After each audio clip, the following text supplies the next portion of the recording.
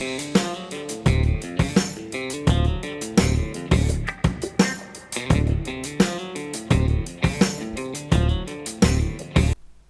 back to KP's Kingdom, cooking with KP, and today I'm going to show you how to make paneer cheese, that Indian staple cheese, which is so easy to use in curries and wraps and things like that. I'm going to show you how to make this cheese really simply. Alright, here I've got a saucepan, and I've got that stone cold. I'm going to add in 1 litre of full cream milk. Alright, it's the only time full cream milk's been in this house for a while. That's going to go straight into our saucepan. Now the next thing I'm going to add in is 1 cup of cream. I just bought from the supermarket. That's it. Really simple. And what we need to do now is bring that up to the heat. I'm going to use a thermometer. I'm going to bring this up to 90 degrees Celsius. Alright, so just slowly bring it up. Don't crank it and boil the living what out of it.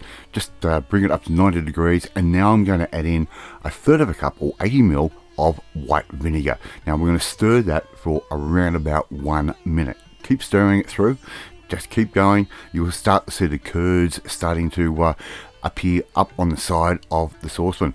Now this is a 2-step part recipe. I'm making my paneer today, and I'm going to make up another beautiful Indian dish tomorrow. Alright, we've stirred that for a minute. I'm taking it off the heat, and I'm going to let it come down to room temperature. Alright, just let it sit there, let it cool, let it do its thing. It's going to form more curds. Now here I've got a couple of pieces of kitchen towelette. You could use cheesecloth, but this is actually finer. You'll end up with a much better product out of this. So pour that through a strainer, and make sure you have plenty of overhang on that kitchen towel. Alright, chucks as we call them in Australia.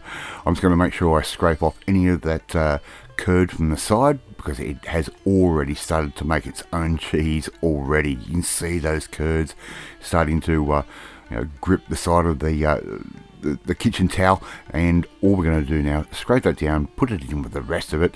Now our cheese isn't cheese yet. We need to let that form. So I'm going to fold over the top of that cloth just like that. As I said, you can use cheesecloth, but this is actually finer, and you'll end up with a much more consistent type product. Alright, so I'm just going to fold that over, and I'm going to put a little bit of greaseproof paper on top of that, because I'm going to add a weight.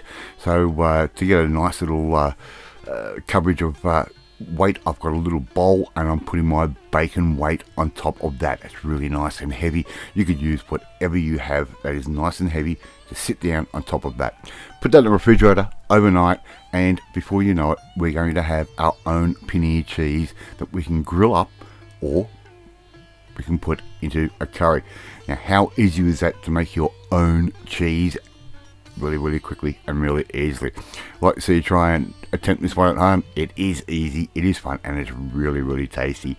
Alright, thank you so much for watching this video. Really do appreciate it. If you like this video, hit that like button. Gives me confidence. It should make you feel warm and fuzzy too. Don't forget to watch the next video, because I'm going to show you how to use that paneer cheese in action. Don't forget to leave a comment. I love reading, I love responding to them, and share this video with all your friends on all platforms and social media. In the meantime, I'm going to start getting on with recipe number 2, and I will catch you next time. Bye.